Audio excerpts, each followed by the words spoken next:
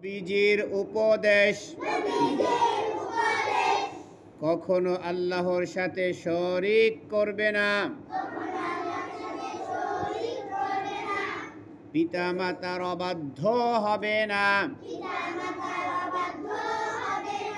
ফরজ নামাজ ত্যাগ করবে না।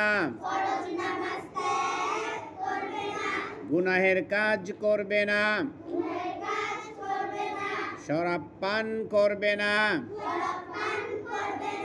জিহাদের ময়দান থেকে পলায়ন করবে না। মহামারী হলে স্থান ত্যাগ করবে না। পরিবারের জন্য সাধ্যমতো খরচ করবে।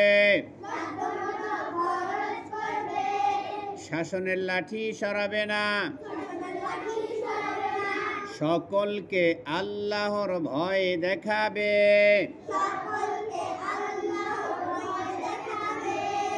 অন্যায় ও অত্যাচারের বিরুদ্ধে রুখে দাঁড়াবে। হে আল্লাহ, আমাকে তৌফিক দিন, আমি যেন সারা জীবন নবীজির উপদেশ মেনে চলতে পারি।